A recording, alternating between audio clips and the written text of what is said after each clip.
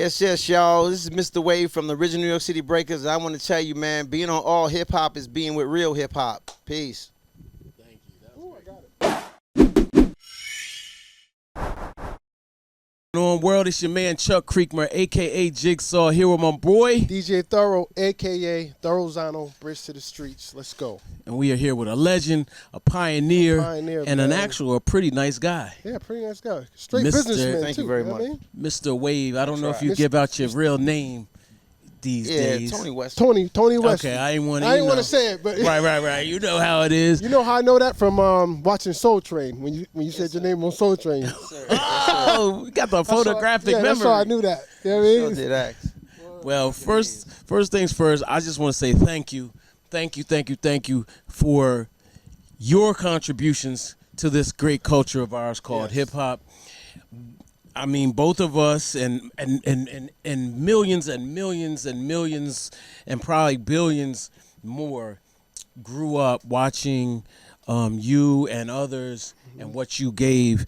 And I will start right here, and then we'll. Dude, do you? You were special though, because when we saw you, we were like, "How?" We didn't think you had bones. I heard that a lot. I'm not gonna lie, the way you moved. So I'll start there. With how did you develop your unique style of dance? Well, to be totally honest with you, when you go back and when you admire someone else. So I have to go to the days where we didn't have much. There's a black and white TV in the house. You got Michael Jackson's cartoon on television where they could make someone look unreal. And then you have him coming out with Dancing Machine. My original dance name in the early 80s was Dr. Electric. Okay. Okay. Because of the Electric Boogie. Right, Dr. Electric. And so because I already knew the Electric Boogie and I had a thing for the mime, which is another illusion, and understood when we started doing the float and the glide that it was all based on illusion. Right. You know, lifting one side, moving to the other. But I didn't start the wave thing until one day I was down on Delancey Street, and it was me and my man Asa. You know, we used to come. So we danced on the 169th, Webster, Washington Avenue, all the projects over there, and we had a little crew called the TR Nation. Okay. You know, and everybody used to come play over there, Flash, all of them, 63 Park or whatever, playground. But we got some money. You know, we were going out buying some shearlings, some sheepskins. Sheepskins. And while we were making the transaction, Orchard Street? Oh, Jew-Man. Jew-Man, Jew-Man, bro. okay, all right. Jew-Man. Okay. So we got down there, and we had, we had the iron-ons, the letters pressed on, and it said Dr. Electric on my back. Right. And this kid pulls up in a motorcycle. Helmet, get out, fresh ass bike. Kid nice. From New York City Breakers. And he said, yo, bro, we got audition to dance for Catherine Dunham and the President of the United States. Wow. Ronald Reagan at the Kennedy Center Honors. And you guys can come down to Manhattan and audition for it. And I always been the cat that was a rebel at the household. So I'm going to go check this thing out. Right. And not the thrill of getting down, but just to see this level of what we've started, what we've done. I get there and the room is full of B-boys. I remember, and I'm a kid, and maybe I don't remember well, but there was like agents on the side because you know, whoever gets picked now has to be checked out. Right. And I get in the room and I see all these dancers that I had not met before because I hadn't ventured out to their parts of the neighborhood outside of the Bronx, short of St. James Park and Katona Park and those parks, but I had never seen them. And in that room you had Pop Master Fable, you had Norm Ski, you had Mr. Wiggles, you had an entourage of legends that were not legends yet. Right. And so at that point I said, I really want to do this. So I went over in the corner and I said, you know what I'm going to do? I'm going to combine multiple styles. So I went in the corner and I already had the tick. Electric Boogie. I had the vibration. I had other different styles. I had the mime. I started taking the tick and smoothing it out because people were in there ticking.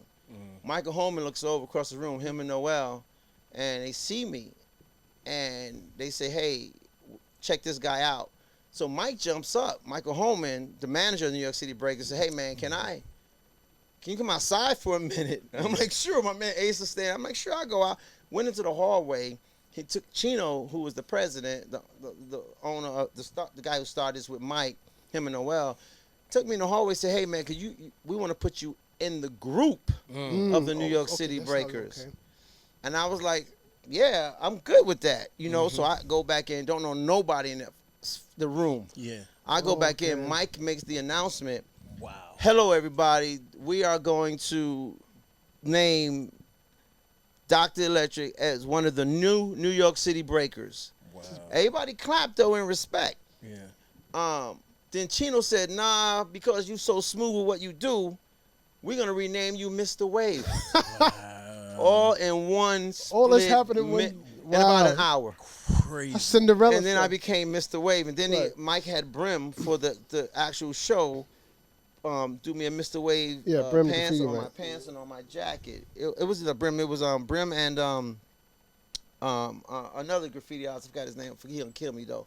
But, yeah, so that's how it got started with the waves. Okay. But I realized in dance, and I'll tell you why I was accepted, but I realized in dance, if you don't give your all in rap, dance, any of the elements, you become like the rest. So why am I special? Because I gave up my body for it. Right. I went into the wave. Yeah. I elevated the wave. I moved the wave around. I didn't just, go tick and then make it a wave. Right. And that was a lot of the difference. Right. And, elevation. Okay.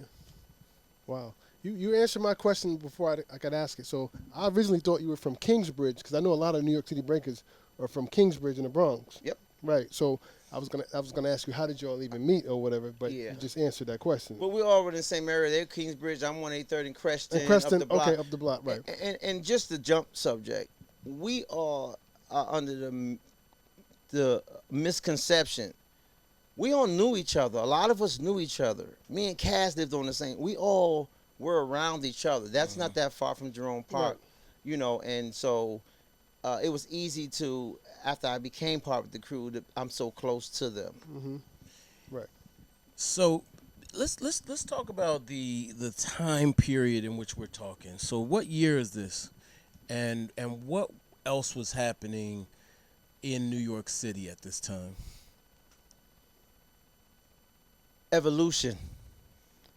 From 81 to 84, just before Run Them, that was the true evolution. That's why it was a race, because it was about the block party. It was about the jam. It was about watching them set up. Hours to set up at the projects. No quarrels, no fights, and the enthusiasm that at the end of the day, when they turn those speakers on, your chest was going to fly. It was vibrating the concrete for blocks. You didn't have to know about a jam through flyers like everyone says. You could hear it. You could walk long and far enough to hear and know, like, the jam was like the ice cream truck.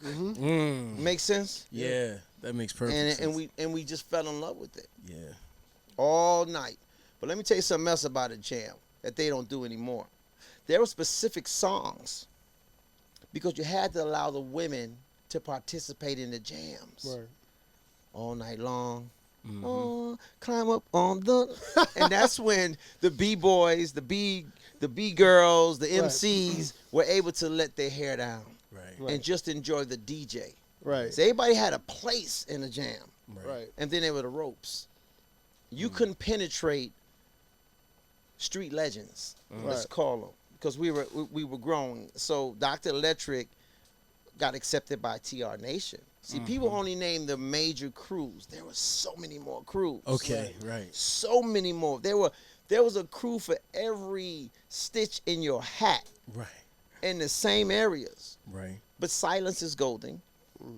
And so that was the time that crews got chosen, people got chosen on a local level. Now, how do you get chosen on the big stage, on the major level? President stage, yeah. Right. How do you get to that? Now, is that a credit to Michael Holman? Which, as far as being picked for those bigger stages, like performing for Ronald Reagan, of all people? you know what? I love Michael Holman, and I give him all the respect he's due, because he didn't only help the New York City Breakers. He helped Rocksteady. Rocksteady was before New York City Breakers under Michael Holman. He helped Rocksteady. He helped Jazzy J Band. All of them. He knew all of them. Michael was a middle class guy out of Washington, I believe, Washington State, that was well, you know, mentally there as far as education, that fell in love with it and the possibilities before us. It was Michael Holman, to what I've heard from my own crew and what I've heard from Michael's own mouth. When Rocksteady was so dope at First Class and the Grill, he wanted a battle. So Mike wanted that battle, and I believe Lep or Legs brought in the New York City Breakers, Floor Masters at that time. According to Legs, it was Legs. It might have been Legs. He had a great relationship with Legs. He still does, I believe. Legs. You know, It was Legs. but again, when that was going on, I was in a group home somewhere. I was in Halfway House. Okay. You know, when that was happening, but Michael Holman has touched a lot of us. He did Run DMC's for that Christmas commercial. That's Little Lep. Yeah, the elf. Yeah, that's I know all that. Michael Holman. Yeah. Okay. Yeah. So you got to credit Michael Holman. Yeah. The calls went into Michael Holman, and the thing he did next is he went and got us an attorney. Okay. So in 1984, we were making $10,000 a show. We had to split it, but we were Right. making $10,000 a show. We did so That's many good for shows they had to teenagers. split us up. Right. Three of us go to one country, 4 of us go to another country. That's how it was coming in. In '84, that's 84, 85. good 86. now. Shit. That's great right You can now. make- shit, I'll take that now. We were one of the highest paid dance groups at that time. Right. Now, I got to say this because I don't think you are aware of it, and correct me if I'm wrong. Check this out. This is another hip-hop historic acknowledgement. Mr. Wave is probably the first hip-hop relationship with Lisa Lee. Oh. Hip-hop couple, first hip-hop couple. I would say Mr. Wave and Lisa Lee. Before Angie Stone and Rodney, see Listen, I'm just. that they taking it. Yeah. How did you find Come on. This is what I do. This is what me I do. and Lisa? I knew that. Go ahead, because I got something else to ask you. But go ahead. It's all respectable though. Go ahead. Us girls was dope. Us girls, yeah. Us girls was And so First hip-hop couple, I in want to my say, and opinion. she was very nice and very quiet. Right. She was Zulu, you know, and she was a queen. So was Chirac, and Debbie was cool too.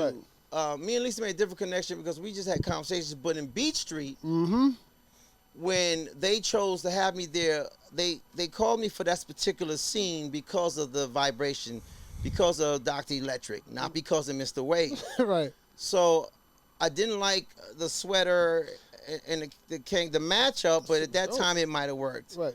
But when they choreographed Lisa to approach me, and Doug was behind me. If you really look at the scene again, Dougie Fresh. Lisa approached me, and then I was supposed to be so wowed by her that I would vibrate. Right. Which I did. What you did?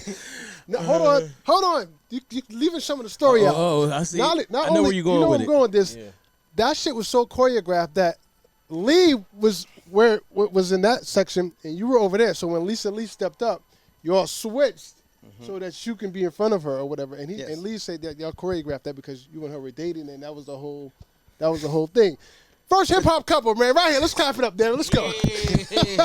But but again, it was dope because they did choreograph it. And that was Lee shit would was- know more than us. That shit was so dope, yo. because Lee was there Right. in the meetings prior. I walked into that. Right. Oh, I see. And I'll tell you another thing. Often things that we don't like or hate, or we are influencing people that you have no idea. That sweater you said you didn't like, we used to call it the cat in the hat sweater because it was. Right. Dope. You know how many sweaters I bought like Yes, that because sir. you had that shit Yes, on. sir. I'm like, yo, I gotta get this. I gotta get Yes, this sweater sir. because of the king. Like, And tell The you whole another story. outfit, We you know what I had mean? our own. We had our own. And again, I don't remember, but it could have been mine because we had our own. They didn't tell us what to wear. Oh yeah, right, If the train station, that's our gear. right. That's all us. You know, so Dudes was fresh to death too, man. yeah, it was, Incredible. you know, leather pants. You know, I was hanging out with the MC, Tila Rock Right. and Special K, and Right. you know, I was with that whole group. Right. Now, one thing I noticed about you, like, let's take Graffiti Rock, for example. Everybody had on I was calling them the onesies or the tights or whatever. You always dressed different from the group. You always had on the sweat, so, and everybody had on the suit. Why did you consciously do So that? there's a few reasons, and at some point you got to take a stand Right. because your manhood is Okay. more than not. I'm from the hood. I'm on the nine crew. Mhm. I'm come from a place where they came from King. I come from the 9. Right.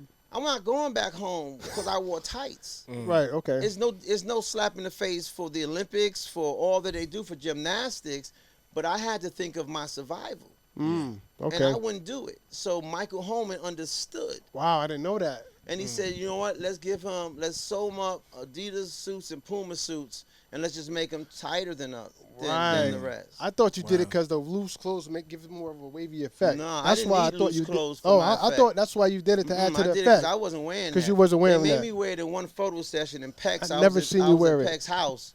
And he said, you had it on one time. Well, that's how I bet my houses. I ain't had never wore that. He pulls out this picture. I think I've seen that. I got a Heinz suit on too. Yeah. But it was only, they begged me for the photo Do you still shoot. have that suit?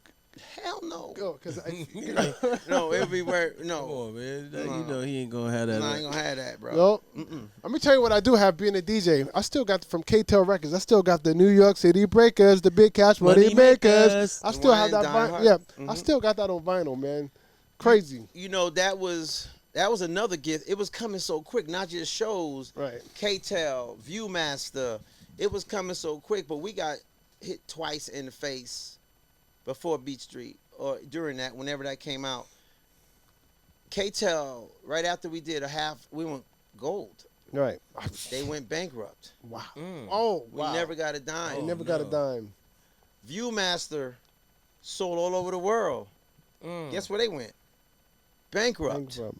On the New York City Breakers, both of those companies went I bankrupt. feel like I had a Viewmaster with New York City Breakers. I know you did. I feel like I did. You've had to. Yeah, I definitely did. Yeah. I don't know Yeah. where it is now, but It would be worth a lot. Yeah, damn, I gotta go on eBay and look for that now. Yeah. Go find that. I gotta go find that. Let's talk a little bit about the dynamics in B Street. Now, we have done a lot of coverage on B Street, especially around the 40th.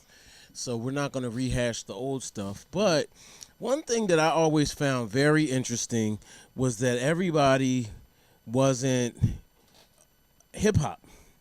So I mean, Ray Dawn Chung was obviously not from the culture. You know, we all knew Ray Dawn Chung at the time, and we knew she was not. But I will admit to this. Growing up, I did not realize that, say, Ramo was not of the culture, or Lee. I mean, excuse me, of course we knew Lee, but, Kenny. Kenny. Was, later I found this out. So the dynamics, you know, and obviously the great Harry Belafonte was the producer and kind of the orchestrator of everything. But talk to us a little bit about those dynamics, because you know, off camera you said some things, but not directing you specifically. Well, true story. Okay. When we were called down there we were coming from Dancing for the President. We were on a plane. Michael Holman comes up to us and says, on the plane, hey guys, as soon as we get off the plane, we gotta go to the Roxy. Harry Belafonte wants you guys in Beach Street. Just like that. And you read, I never had an audition for Beach Street. There's some say that they auditioned, but prior to that, I'm hearing not, I'm hearing yes. I'm telling you my side of the story. We walked in Roxy, and there are literally tens of thousands of people auditioning for this film, all over the place. Tens of thousands. We walked by all of those people. For me, it felt like that. It was jam-packed. So whatever that place holds, that's what it was. We walked by, and there was a curtain, a big, giant red curtain. Behind that curtain, you had David Pickett, the producer. You had Harry Belafonte. You had his daughters, and Harry says, "It's a pleasure meeting you guys. I know you guys just got back. I think it was Soul Train. We got back from doing a different show." He says, "I would like you guys to just dance for me, so I can have a first-hand look at what you do. Congratulations, you are the Beach Street Breakers, but could you just give us a demo?" And we did. Wow. Right. That's crazy. Real quick, can somebody answer this? Because I can't never get a clear answer from I'll Legs. get you back to your question in a minute. I'm sorry, because I'll forget. I got tunnel vision. Sorry. Go ahead. Why were y'all called the Beach Street Breakers and not New York City Breakers? Okay. And why were they called the Bronx Rockers and not Rock City Crew? Okay, so let me answer that first. Because what you have is you have across town dealing with uptown. Harry believed in the culture of dance, not the culture of hip hop, 100%. Right. So when you put your hands on something, you don't. He didn't think that Mr. Wave and New York City Breakers and Rocksteady would be saving somebody's movie. He felt the love story and the connection. He was not wrong.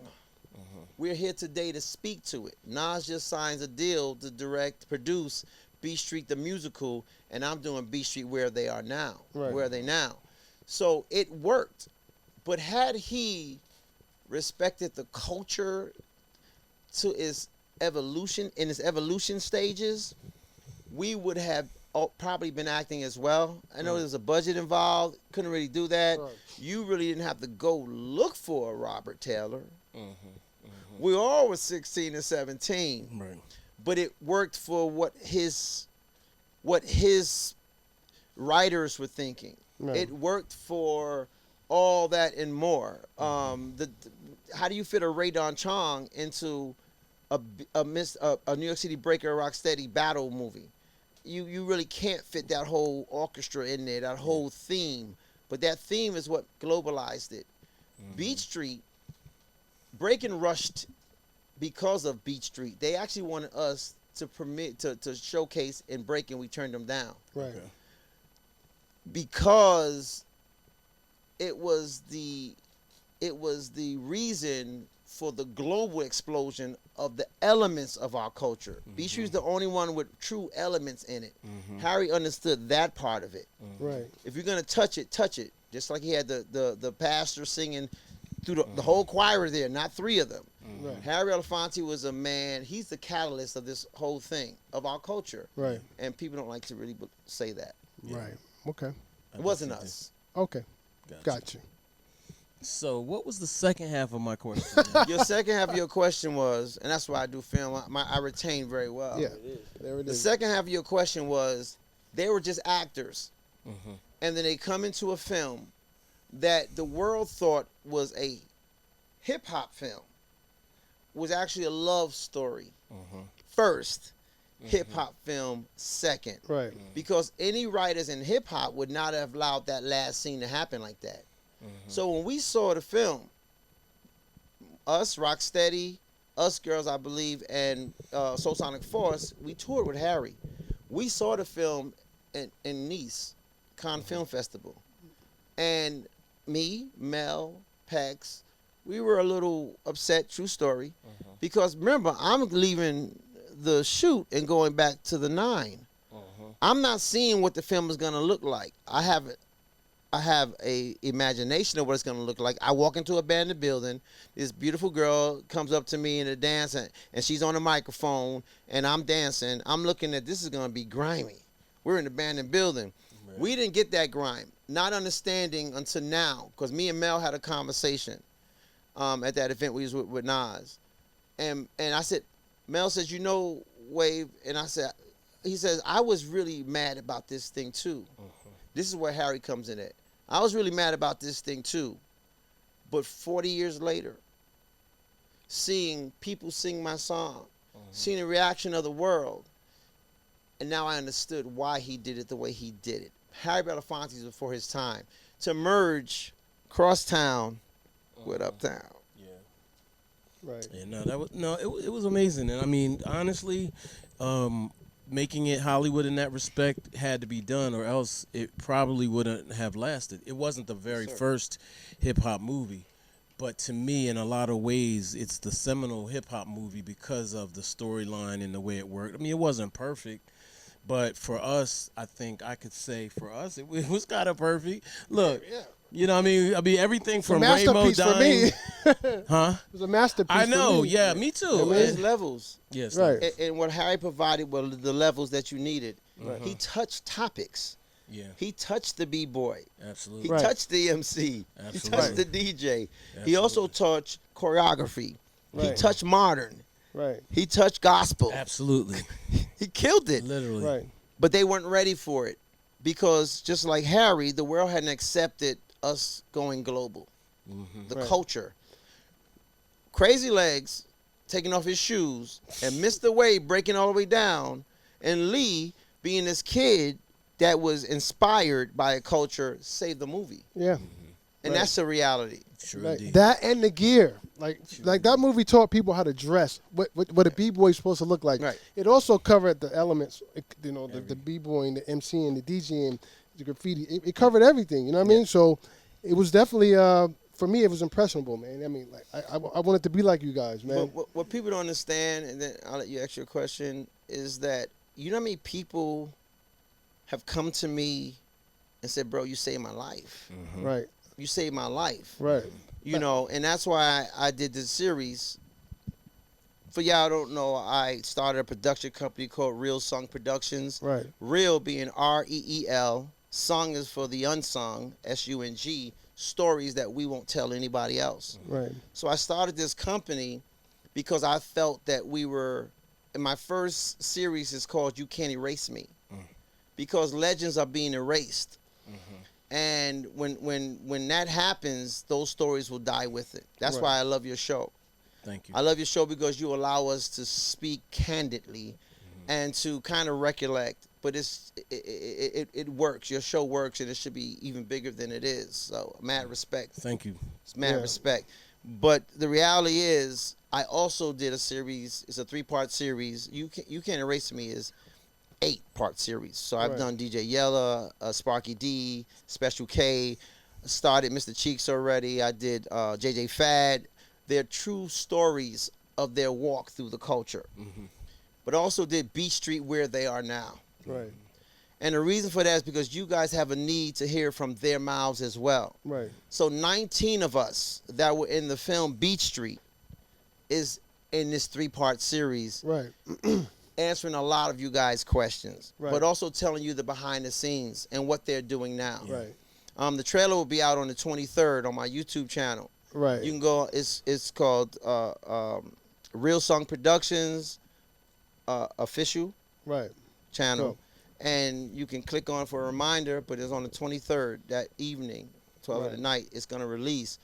But the different what I did is because of you guys. You give me the idea, not just to do us 19, but there are certain legends, and I'm gonna tell you what legends are in there, giving their perspective Right. on why they are who they are. Right. So when I talk about global and what we did to the world, including the Bronx, the incubation, the home, we manufactured, we grew legends. Yeah. Listen, I want to piggyback off that. You definitely grew a legend and you inspired a legend, and his name is Nas, because I was at the 40th anniversary. I got to say this. I got to give you your flowers, man. Like, I was at the 40th anniversary of the Beat Street movie premiere, and Nas stood on stage and said, because he didn't know you was there at first, Right. and he's like, Mr. Wave here? He was like, oh. He's like, yo, bro, I called myself Kid Wave because of him. Yep. Nah, this is Nas saying Nas. this. Like, I wanted to AKA be. Kid Wave. Yeah, he said I was AKA Kid Wave because I watched Beat Street. I saw Mr. Wave, and I wanted to be just like him. So, and that just goes to say, you know, we've been quiet a long time. Right. And you've had certain people, B-boys and certain MCs with the spotlight. And I'm one that don't need it. Like I told Mel when we were shooting Beach Street Where They Are Now, the thing that people are missing is that some of us are chosen. Right. Not just by fans, not just by producers, but by God. Right. And when you're chosen, you don't have to defend who you are. I am who I am. So Special Ed, same thing. He was Baby Wave. Right. And he came up to me and said the same thing. He was Baby Wave. Baby Wave. And so that just shows not that I am so special, but I ignited something in their careers. Yeah. I drew them to hip hop. And I'm sure that happened with Crazy Legs, with Robert Taylor, with all of us. But when you realize you're chosen, you don't got to bite people. Yeah. You can take hits and still move forward. Right. And so people talk about Mel all the time. Mel is very, he'll tell you what he's feeling. Mel is Mel. But people don't understand. Like, I had to tell Mel, because I'm a producer. I do their documentaries. Right. I said, Mel, you are the Liberace of this. Yeah. You are the Elvis Presley of this. Right. You are the Michael Jackson of this. You are chosen. Right. See, Robert Taylor is chosen. I'm chosen. Legs is chosen. Right. Why can't we just all get along? Yeah. Like Rodney King, right, said. But it's just true Can't we story. all? So Right. I can stop dancing. I went into corporate. Right. And I could leave the game alone because it wasn't about, accolades or me walking down the street and people yelling at me. It was about doing something I love. But when you could come back and have two things, the business sense to start a company and finance it, I owe nobody no money. This is all our money. Right. So the first thing I did with B Street, after they agreed to do it, I called my attorney. I said, this is what I want to do. Right. My proceeds and my Right. partner's proceeds, not the other partner, but my partner, we want to give them contracts that if we make $5 million, once we get our money back, that money's split between the cast because it wasn't done like that 40 years ago. Right. That's giving back. Right. How much money did you guys get for Beat Street? As Different numbers. different numbers? Yeah, different. Who showed up more? Who did more? Okay. We were above. We were all in SAG. Okay. I can tell you that story too. We were forced into after SAG. Right. We were doing the show Good Morning America, the New York City Breakers. We in the back room. It's supposed to be for free. There's a white lady busted in there, came in that back room and said, "You guys have done too many commercials. You've done too many appearances. You've done a movie. We are not going to go on Good Morning America if you don't pay them." They gave us $1,000 a piece that night. Taxes, $811. Right. So we were paid ever since after that, no matter what we did. You know what you did, right? Yeah. Right. Now, go ahead. You go ahead. Oh, well, I wanted to touch on something that you mentioned. And it piggybacks off the actors versus the b-boys and the culture, whatever you want to call it. Breaking had 3. How many break-ins were there? 2? Two. At least 2. It was 2. All right. It was 2. But there was never a B Street 2, and we kind of felt like there could have been. Should have been. Should have been. Okay. So this is a true story. B Street 1 was, they did not generate the funds that they spent. They spent Really? millions on that. And it was mostly because of Harry's idea of the choir, all that, all that extra. Grand But it was finale. also getting buildings and stuff like that. Spent much more money than that low budget Breaking. Not to disrespect Breaking, they were smart. But the money didn't come back Wow. I didn't know like that. it was. But that's not why it wasn't a 2, because the fans were there. Everything was there that would have it. But Harry took us to Europe. I think one of the reasons was us. Took us to Europe, and they act like they were still in the Bronx. And he put us in these high-end hotels. Harry really did it up for us. And you got it. The truth is the truth. And when you got a bunch of unrulies, we still those kids. Remember, I had to go back to my project. So just as I'm standing here, somebody could have said something to me, and we could have been boxing. We weren't stars. We were kids that had an opportunity Right. and did not realize that's the opportunity. And Ray Don talks a little bit about it in B Street where they are now. So Ray Don Chong is in it. Guy Davis is in it. Right. Melly Mel is in it. All the legends that were in there. Robert Taylor's in it. And I don't know, he didn't tell y'all last time he was here. We already had shot him. Yeah. Right. Okay. Are you familiar? I know you say you didn't know a lot of people when you went to the Roxy for I guess not the audition, but to do your part. Are you familiar with the group? It was called the Fantastic Duo. It was 2 kids They're in a movie. They're The pop. two little kids. The two little kids. You know who that one little kid is? Do you know who that is? Who? It's Shaq, Shaq who? the basketball player. No, I can't believe that. No, it's Shaq. I'd bet you one of the cars. It's Shaq. Or something. It's Shaq. It's Shaq. I know Shaq personally. We talk about this all. It's Shaq. And let me tell you another thing. You know who else? Shaq fan of mine. Right. I know that. Listen, I know this. This is why I'm telling you this. Your alley-oop got to slam it now. When I alley-oop Okay, this. wait. What scene? Explain the exact scene. When they do the auditions, the Roxy auditions. Yeah, the white. And the little kids, Yeah. they got the white. Are you coat. serious? That's Shaq. I gotta go. That's watch that Shaq. movie. Yeah, that's Shaq. Nah, That I is still Shaq. can't believe that. It is Shaq. I'm gonna have to look at it again. You want me to show you my D? Well, I ain't Not gonna do it right on now. camera, but I'll Are show you you. serious? It's Shaq. Oh, we about to Just blow melt my this. heart. Mr. Wade didn't know Shaq Oh, was in That's B Street. Shaq is in B Street. That's crazy. I'm gonna tell I you. gotta get him in this series. Yeah, that's then. why I'm Yeah. saying this. Come on, you gotta slam it. What? Slam. A I gotta Shaq get him slam in too. this. That's both just why I'm hands. saying you gotta get him in here. You Now, got they- his information? Yes, I got it. Yeah, definitely. We're gonna make that happen. No, 100%. So listen, here's some more people that auditioned, but they didn't make it. Willie Esco, Willie Esco, the fashion the designer. fashion designer, Willie Esco. Wow. And you ready for this? He danced with Houdini. Jermaine Dupri. Jermaine Oh. Dupri. Oh, You know, I was in talks. Wow. I was in talks. He was with at Jermaine. He was there. He was there. I was in talks with. I'm in talks with his team right now Right. He was there. about he auditioned. He was about there. a possible partnership Right. that's crazy. with Jermaine Dupri's So all team of right. Ain't that something? Yeah. for this Right. because I was told that he saw Beach Street in the theater and Jermaine went to the mall and tried to battle everybody he could. But that's what I'm trying to say here. Mm-hmm. They deserve, and back to your question, they deserve to know the truth Right. and to get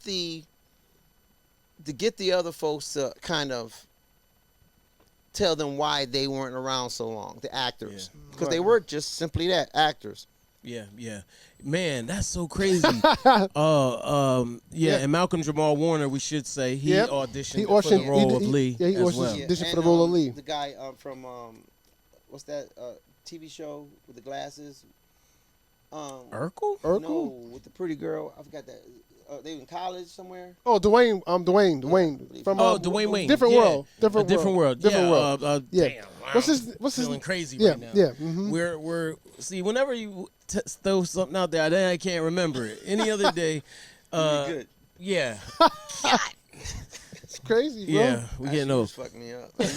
Yo, he fucked me up with that shit. I'm like, get the fuck Shaq. out of here. I gotta look at it. Yeah, that's I know Shaq. he wasn't the Kadeem shorter Hardison. one, Huh? Kadeem Hardison. The tall one is obviously it's Shaq. and he was doing damn good. Yeah, Yeah. yeah. That's why he still do it. Right. Yeah, he do it. He do it. He does. He does. There's videos of Shaq. You Yeah. know what, Shaq? Because there's videos right now of Shaq doing windmills when he's Yes. playing for Orlando on the Yes. basketball court, just fucking Yes. around. So that's Shaq. That's my man. That's crazy. That's Yeah. amazing. But that's Shaq is from Newark. Shaq's from He's from Newark, New Jersey. I'm putting you in my pocket. You're my new encyclopedia. There it is. You heard it live. Hold on, that's the drop right there. Listen, we up here for a reason, man. You know, no disrespect to the other platforms, but we are the authentic voice of hip hop. Yes, sir. That's a fact. A lot of people say they're hip hop, but they don't even know who Mr. Wave is. So how you hip hop? That's right. Yeah, they not hip hop. You're not hip hop.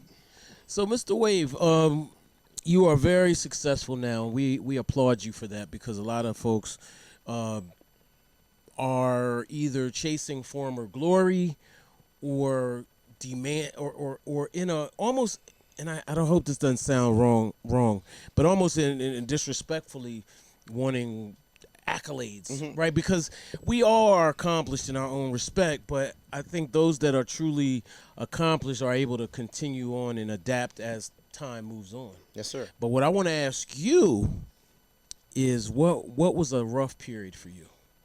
What was a tough great period question. for you? Great question. Well,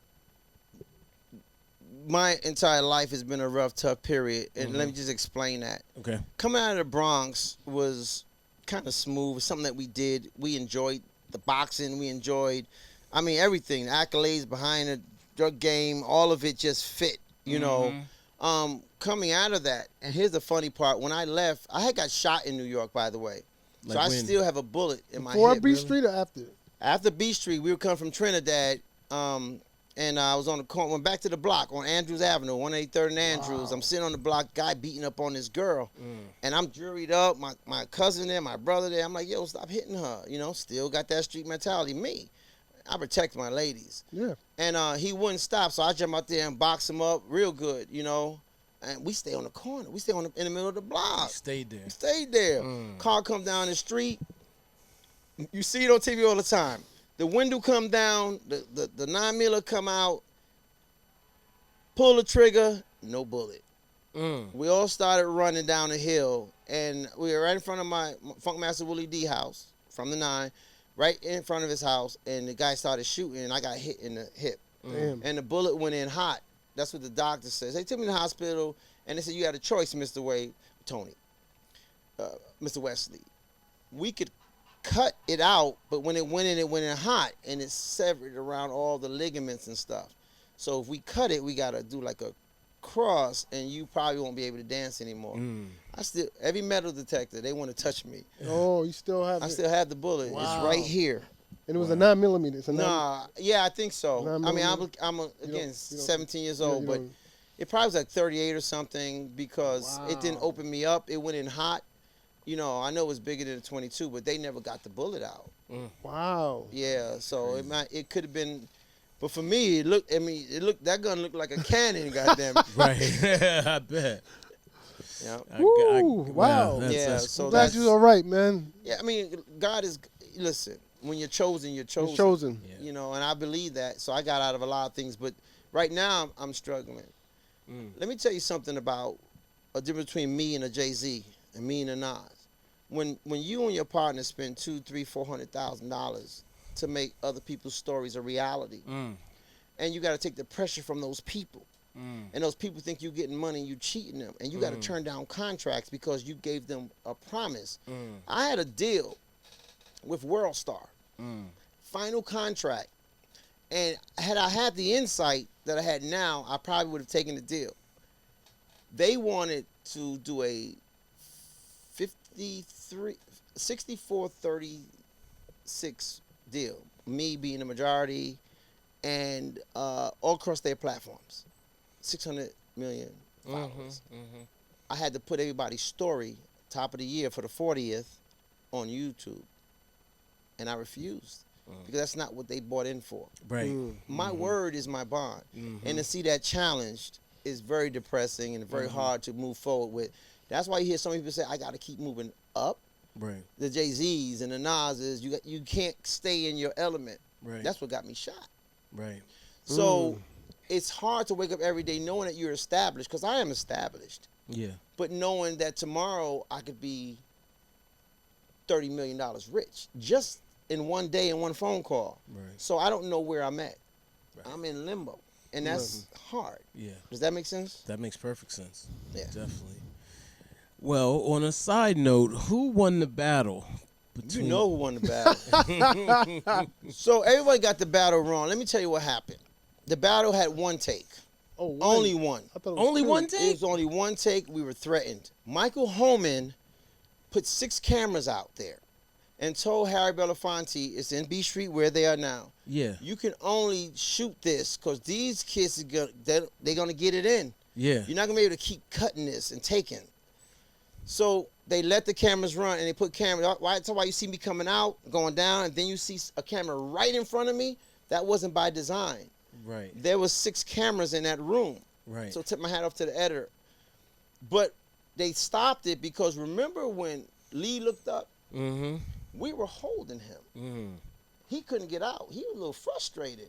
Right. Couple that when Doze jumped out at me before I finished my set, I'm Right. from the 9. Right. Yeah, I saw you.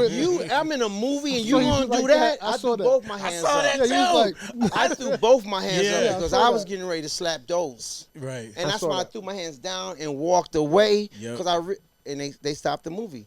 And Dave Picker said, if y'all can't get it together, y'all can get the hell out of here.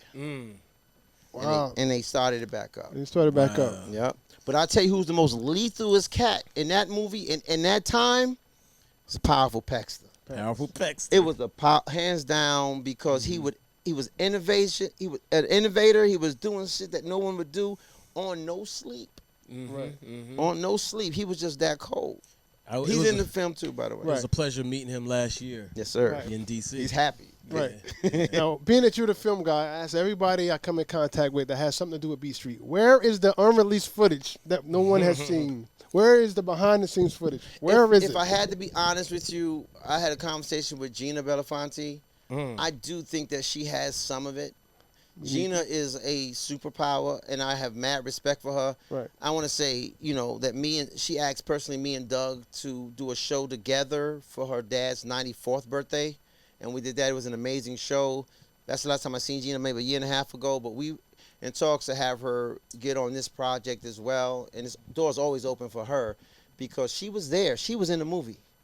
She was in the battle. You could see her there. She was there, and so she should be in this. Shout out to Gina. I've been to her house before. I've seen Mr. B's platinum. He was the first artist to go platinum. Come on, man. Come on, man. Listen.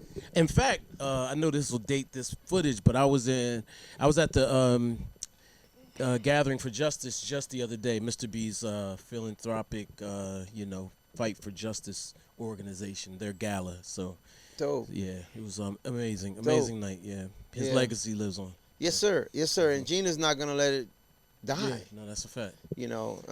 That's a fact. Well, I appreciate what you're doing too, man, because I think everybody at this time, especially when Hip Hop 50 crept in, I think it just became like a fever, a rush. Everybody wanted to claim their piece of the culture, their contribution. They wanted it to be known. Yeah, go ahead. It was bad. Yeah, I'm glad you said it. Thank God you said that because it was bad for a lot of reasons. The people that should have stepped up did not. The people that ate off of those legends did not. The companies that took over that process and that programming, I'm not mad at them. And the people that they put on that stage, I'm not mad at that. But what I would say is that no one fought for New York City Breakers to walk on that stage at Yankee Stadium. No one fought. Joe fought for Legs, which is super dope. I'm not mad at Joe or Legs, but I could have gave them 4 good, dope minutes of a performance. So no one is really caring about the culture as a whole. We're cherry picking the culture too as black people, as entrepreneurs. And Nas is the only one. I had to look this man in the eye and ask him, why? Why are you doing this for me for an hour interview? Why are you doing BG40? He said, bro, I love the culture. I love all of y'all. And I'm telling you, I respect all of you, and I'm doing this because I'm supposed to do it. Not one here, one there. He's doing it for the culture. And that's why that man will be, when it's at the end of the day, that's why he still look like a baby. Yeah. Legends. Now listen, I don't look my age. Legends are chosen. And they hold, and it's weird, I just feel this way. They hold an appearance. I don't work out. I still dance. Why? How? I cannot dance for 6 months. I'm gonna do a show in Chicago on the 18th. And I'm gonna send it to y'all. Okay. Yeah. Definitely. No one seen me dance in a minute for a show. Right. Real quick, why did you move to Chicago? Why did you leave New York? I was tired of New York. I was a gun-toting fool. I remember when I was leaving, I saw Joey run because I was in Queens, and I saw him in the middle of the street. I said, I'm leaving. He said, well, why wait? I said, because there's no love here. It's not what I want to do. And I was doing bad things. We all fell off that wagon to do bad things. And I left because to save my sanity. And my mom had moved to Chicago because her niece died. And I always got to look out for moms. So I never came back. I never came back because there was no need. And I just bought 2 properties in Arkansas. That's my next destination. Planes get you where you need to go. I don't need to be in the culture. I don't need to be in the cesspool of what this is, because to wind up, jealousy and all the things that come with it. You have to move, evolve with the elements, with life. And I've evolved. Yeah, I feel you. I got a 7th grade education, bro. 7th grade education. Went in a group home. Now I run my own company with 2 series, and people are calling me and asking me how much do I want for the series. And we've turned down 6 contracts, including World Star. And that was kind of lucrative. Yeah. Because I didn't understand the platform at that time. We was on Fox Soul. Right. And we had a deal. They didn't keep their bargain. We did 130 minutes viewership in 3 episodes. 100 and something million, and I still pulled us off Fox Soul. Because you're lying to me, and you think I need the money. I made that money in corporate. Right. I need you to respect the work I'm doing and respect the people. I tell everybody, I'm what you call a conglomerate startup. Yeah. Until you sign the check, the $10 million, $30 million, $40 million, and you got no back debt, you've not made it. I haven't made it. Yeah. Okay. There it is. Let me. I mean, you mentioned Run DMC. You know, B Street and Run DMC's first album came out the same year. That felt like the moment.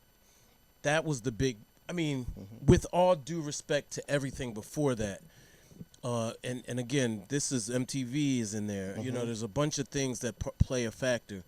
How did everything change after that? Like, Well, for the culture. I can tell you right now, before Russell demanded at least $60,000 per show for Run. Before we were getting $1,000 a piece, $10,000 a show, same time. You got to look at that. You got to look at what drove the Jay-Z's to say, I want $247,000 to play at your stadium for 1 hour, hour and a half. Run set that. They set that. And then the Beastie Boys came and got it. LL rolling the back end on the back end. And that's how the money changed. Once the money changed, the level evolution. Yeah. Respect change. Run DMC is in. I put DMC in JJ Fad's documentary. He's telling the story of that first tour they were on. JJ Fad is before NWA, and the world will know it when they look at their documentary. Yeah, they're the first to go platinum on Ruthless. Yeah, Right. and tour. So they brought Yellow in the tour, and Yellow talks about being on that Run DMC stage. So a lot of stuff I got coming to you guys is gonna blow you, gonna really blow your minds. So and it's well shot. What I don't approve of, and I'm saying this to the camera, stop shooting old school old. Stop shooting it with trash cameras. Stop shooting it with wrinkles. Don't put too much old video in there. That's what that's what they want to see. That's not what we want to show them. We want to show them how we elevated, what we are, what we have become. That's what Nas does. That's what Jay-Z does. That's what, I'm going to say his name, that's what Puff did. You know, we have to elevate the game. We can't keep saying grungy because grungy is what got us there. That's what the new generation don't respect about us. You know, put on a nice, you know. I hear you. I know. I'm with Clean you. yourself up. Clean yourself up. Get it yourself together. up. Get Get it it together. together. I'll take that shirt from you, young man. Take care of your appearance. Street spit. Yeah, man, that's dope. Spit, I hated spit. I was like, I'm gonna kill you. I will kill you. Let me Spit say, for that. let How me you tell, do that? let me tell you, the best scene in all of B Street was not the battle. When I seen that boy go toast, I was like, yo! That was crazy. I know, but we was like, yo!